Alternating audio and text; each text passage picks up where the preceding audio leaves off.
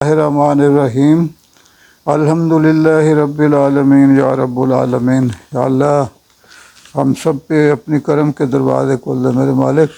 ہم یہ موضوع پہلے ہم نے ویڈیو بنائی ہے، اس میں نبی پاک صلی اللہ علیہ وآلہ وسلم اور ان کی جو ازواج مطہرات کے بارے میں بیان کیے، تو یہ ریلیٹڈ اس لیے کہ ہم چیزیں بیان کریں تاکہ یہ طلاق کا جو موضوع ہے اس سے لوگوں کو پتہ چلے کہ کس طرح جن چیزوں سے بچنا ہے، اور گھر کے اندر جو ہے نا اگر پیار محبت کا ماحول ہوگا تو یہ چیزیں جو ہے نا ایک بیوی کے لیے تو مسئلہ نہیں ہوتا، جب جہاں پہ آپ اندازہ لگائیں کہ جہاں پہ 4 ہوں یا اس زمانے میں تو نبی صلی اللہ علیہ وسلم کی 9 اور 2 11 جو ہے نا جو لونڈیاں ملا کے، تو کتنا ان کے ساتھ وہ اچھی طریقے سے زندگی گزارتے تھے۔ تو ابھی آگے چلتے ہیں، اس میں یہ ہے کہ کاشانہ نبی صلی اللہ علیہ وآلہ وسلم میں 100 کناپے، سوکن جو ہوتا ہے نا اس سے 100 کناپے کی ناز برداری۔ حضرت انس رضی اللہ تعالیٰ عنہ سے روایت ہے کہ نبی اکرم صلی اللہ علیہ وسلم اپنی باری کے مطابق ایک زوجہ محترمہ کے ہاں مقیم تھے، اتنے میں ایک دوسری زوجہ محترمہ نے ایک برتن میں کھانا بھیجا، اور گھر والی بیوی صاحبہ نے کھانا لانے والے خادم کے ہاتھ پر چوٹ ماری اور برتن نیچے گر گیا اور ٹکڑے ٹکڑے ہو گیا۔ نبی اکرم صلی اللہ علیہ وسلم نے برتن کے ٹکڑے جمع کیے اور پھر کھانا اکٹھا کرنے لگے، اور وہاں موجود لوگوں کو مخاطب کر کے فرمایا، تمہاری ماں کو 100 کناپے کی غیرت آ گئی۔ پھر آپ صلی اللہ علیہ وآلہ وسلم نے خادم کو روکا اور برتن توڑنے والی بیوی کے گھر سے نیا برتن لے کر خادم کے حوالے کیا، اور ٹوٹا ہوا برتن اسی گھر میں رہنے دیا جہاں وہ ٹوٹا تھا۔ اس سے بخاری نے روایت کیا گیا۔ تو یہ دیکھیں کہ شوکن کا مسئلہ جو ہے نا یہ کتنے عرصے سے چلا آ رہا ہے۔ رسول اکرم صلی اللہ علیہ وآلہ وسلم حضرت عائشہ رضی اللہ تعالیٰ عنہ کی باری کے دن انہی کے ہاں مقیم تھے۔ حضرت عائشہ رضی اللہ تعالیٰ عنہ ابھی کھانا پکا رہی تھیں کہ حضرت زینب رضی اللہ تعالیٰ عنہا یا حضرت حفصہ رضی اللہ تعالیٰ عنہ نے کھانا پکا کر بھیجا، جو حضرت عائشہ رضی اللہ تعالیٰ عنہ کو ناگوار گزرا۔ تو یہ چیز جو ہے نا آپ دیکھیے کہ ابھی تو خیر دوسری شادی کا سوچنا بھی جو ہے نا، کیونکہ مہنگائی اتنی ہو گئی ہے کہ 2 گھروں کو سنبھالنا جو ہے نا مشکل ہو جاتا ہے، انلیس کہ کرپشن کی کوئی جن کے بعد دولت ہے تو وہ یہ چیزیں کرتے ہیں۔ تو آگے چلتے ہیں۔ حضرت انس رضی اللہ تعالیٰ عنہ کہتے ہیں کہ ام المومنین حضرت صفیہ رضی اللہ تعالیٰ عنہ کو پتہ چلا کہ ام المومنین حضرت حفصہ رضی اللہ تعالیٰ عنہ نے انہیں یہودی کی بیٹی کہا ہے۔ حضرت صفیہ رضی اللہ تعالیٰ عنہ یہ سن کر رونے لگیں۔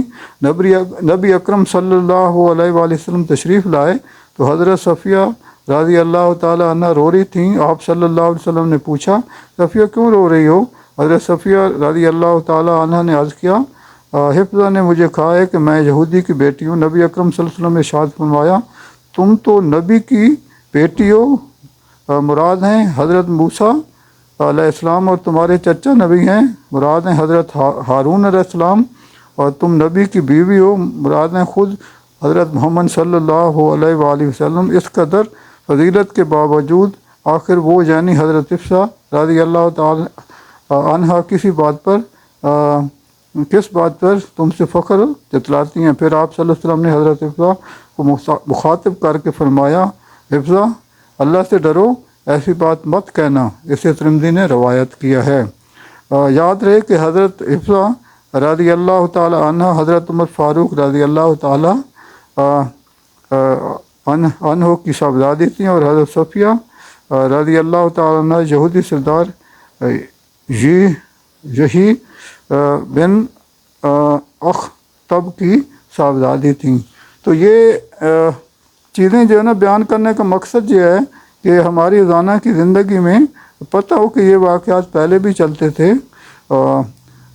ازواج مطہرات رضی اللہ تعالیٰ عنہ کی نازک مزاجی کا لحاظ۔ حضرت انس رضی اللہ تعالیٰ عنہ سے روایت ہے کہ نبی اکرم صلی اللہ علیہ وآلہ وسلم دوران سفر اپنی ازواج مطہرات کے پاس تشریف لائے۔ اونٹوں کو ہانکنے والا شخص اونٹوں کو تیز تیز جو ہے نا ہانک رہا تھا، جس کا نام انجشا تھا۔ آپ صلی اللہ علیہ وسلم فرمایا، انجشا تیرے لیے خرابی ہو، اونٹوں کو آہستہ چلا، سوار خواتین کو آپ گینے سمجھ کر کہیں ٹوٹ نہ جائیں۔ اسے مسلم نے روایت کیا، کیونکہ آپ اندازہ لگائیے کہ اونٹ کے اوپر جو ہے نا سواری ذرا مشکل ہوتی ہے، تو مرد اور خواتین کے جو جسم ہوتے ہیں اس میں فرق ہوتا ہے، تو اس لیے نبی پاک صلی اللہ علیہ وسلم نے فرمایا تاکہ ان کو خواتین کو تکلیف نہ ہو۔ تو یہ آپ چیزیں جو میں نے بیان کی ہیں ان پہ ذرا غور فرمایا کریں، اور تاکہ آپ کو جو ہے نا ان چیزوں کی آپ کے صحیح طریقے سے سمجھ آئے۔ تو دیکھیے کہ ہم مسلمان ہونے کی حیثیت سے ہمارے اوپر یہ چیزیں فرض کی گئی ہیں کہ ہم ان چیزوں کو آگے پھیلائیں۔ تو آگے جو ہے نا میں پھر اسی سے ریلیٹڈ جو ہے نا ایک چیز اور بتانا چاہتا ہوں کہ خلا کے مسائل میں جو چیزیں آتی ہیں اس میں یہ ہے کہ جو عورت اپنے شوہر کو ناپسند کرتی ہو وہ کچھ معاوضہ دے کر شوہر سے علیحدگی حاصل کر سکتی ہے۔ شرع میں سے خلا کہتے ہیں۔ خلا حاصل کرنے کے لیے چند جو ضروری باتیں ہیں وہ بھی بتانا ضروری ہیں۔ اس میں یہ ہے کہ ناپسندگی کا اظہار عورت کی طرف سے ہونا چاہیے۔ اگر اس نے خلا لینی ہے تو ناپسندیدگی عورت سے ہونی چاہیے۔ ناپسندیدگی اس حد تک ہونا کہ علیحدگی نہ ہونے کی صورت میں حدود اللہ کے ٹوٹنے کا خطرہ ہو۔ خلا کا معاملہ میاں بیوی یا اس کے خاندان کے درمیان باہمی افہام ہو، تفہیم سے طے نہ ہو سکے تو عورت شرعی عدالت کی طرف جا سکتی ہے۔ خلا کے لیے عورت سے لیے جانے والا معاوضہ کم و بیش مہر کے برابر یا جتنا بھی کم ہو سکے ہونا چاہیے۔ خلا میں صرف ایک طلاق سے میاں بیوی میں مکمل علیحدگی واقع ہو جاتی ہے۔ اگر شوہر طلاق نہ دے تو شرعی عدالت نکاح حق کر سکتی ہے۔ تو یہ چیزیں جو ہے نا بتانے کا مین مقصد یہ ہے کہ ہماری خواتین صبر کا پیمانہ جو ہے نا وہ اگر رکھیں گی تو انشاءاللہ معاشرے میں جو ہے نا کوئی پرابلم نہیں ہوگی۔ آگے یہ بیان ہے کہ دعان کے احکامات کے مرد کو اپنی بیوی کے بارے میں زناکاری کا یقین ہو تو اس سے علیحدگی کا طریقہ یہ ہے کہ وہ مرد شرعی عدالت میں جا کر 4 بار خود گواہی دے کہ میں اللہ کی قسم کھا کر گواہی دیتا ہوں کہ یہ عورت زانیہ ہے، اور 5ویں بار یوں کہے کہ اگر میں جھوٹا ہوں تو مجھ پر اللہ کی لعنت۔ اگر عورت زنا کا اقرار کر لے تو شرعی قانون کے مطابق عدالت اسے سنگسار کرنے کا حکم دے گی۔ اگر عورت انکار کرے تو اسے یہ الفاظ ادا کرنے پڑیں گے یا کہنے پڑیں گے، میں اللہ کی قسم کھا کر کہتی ہوں کہ مرد جھوٹا ہے، اور 5ویں بار یوں کہے کہ اگر مرد سچا ہو تو مجھ پر اللہ کا غضب نازل ہو۔ اس کے بعد دونوں میاں بیوی میں عدالت مستقل علیحدگی کرا دے گی۔ اسے شرع میں لعان کہتے ہیں۔ یہ مطلب واضح ہو گیا کہ اور اس میں یہ جو اللہ تعالیٰ نے نبی صلی اللہ علیہ وسلم نے فرما دیے ہیں کہ کس طریقے سے جو ہے نا ان کی گواہی ہوگی۔ اور جو لوگ اپنی بیویوں پر الزام لگائیں اور ان کے پاس خود ان کے لیے اپنے سوا کوئی دوسرا گواہ نہ ہو تو ان میں سے ایک شخص کی گواہی یوں ہوگی کہ وہ 4 مرتبہ اللہ کی قسم کھا کر گواہی دے کہ وہ اپنے الزام میں سچا ہے، اور 5ویں بار کہے گا کہ اگر وہ جھوٹا ہو تو اس پر اللہ کی لعنت ہو۔ عورت سے سزا اس طرح ٹل سکتی ہے کہ وہ 4 مرتبہ اللہ کی قسم کھا کر گواہی دے کہ یہ شخص جھوٹا ہے، اور 5ویں بار یوں کہے کہ اگر مرد سچا ہو تو مجھ پر اللہ کا غضب ہو۔ اس سے صورت تو دور آیت نمبر 6 سے 9 تک جو ہے اس کو واضح کیا گیا۔ لعان کے بعد مرد سے حد قذف تہمت ساقط ہو جاتی ہے، عورت سے حد زنا ساقط ہو جاتی ہے۔ اس میں بھی یہ ہے کہ اگر وہ تہمت جو لگائی گئی ہے اس میں وہ ثابت نہ ہو سکے تو وہ ساقط ہو جاتی ہے، اور عورت سے حد زنا وہ بھی جو ہے نا ساقط ہو جاتا ہے۔ لعان صرف شرعی عدالت کے روبرو ہو سکتا ہے۔ لعان سے پہلے قاضی کو مرد عورت دونوں کو اعتراف جرم کی ترغیب دلانی چاہیے۔ اگر دونوں میں سے کوئی بھی اعتراف جرم نہ کرے تب وہ لعان کروانا چاہیے۔ تو ذاتی علم کی بنا پر قاضی مجرم پر حد جاری نہیں کر سکتا جب تک کہ گواہ نہ ہو۔ تو یہ بھی چیز جو ہے نا بڑی تفصیل کے ساتھ جو ہے نا آ گئی ہے۔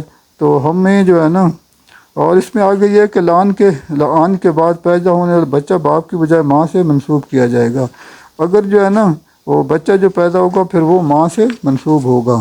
حضرت عبداللہ بن عمر رضی اللہ تعالیٰ سے روایت ہے کہ نبی اکرم صلی اللہ علیہ وسلم نے ایک مرد اور عورت میں لعان کروایا۔ مرد کہنے لگا عورت کے ہاں پیدا ہونے والا بچہ میرا نہیں ہے، چنانچہ نبی اکرم صلی اللہ علیہ وسلم دونوں کو علیحدہ کر دیا اور بچہ کا نسب عورت سے لگا دیا۔ اسے بخاری نے روایت کیا ہے کہ وہ بچہ ماں کے نام سے جو ہے نا۔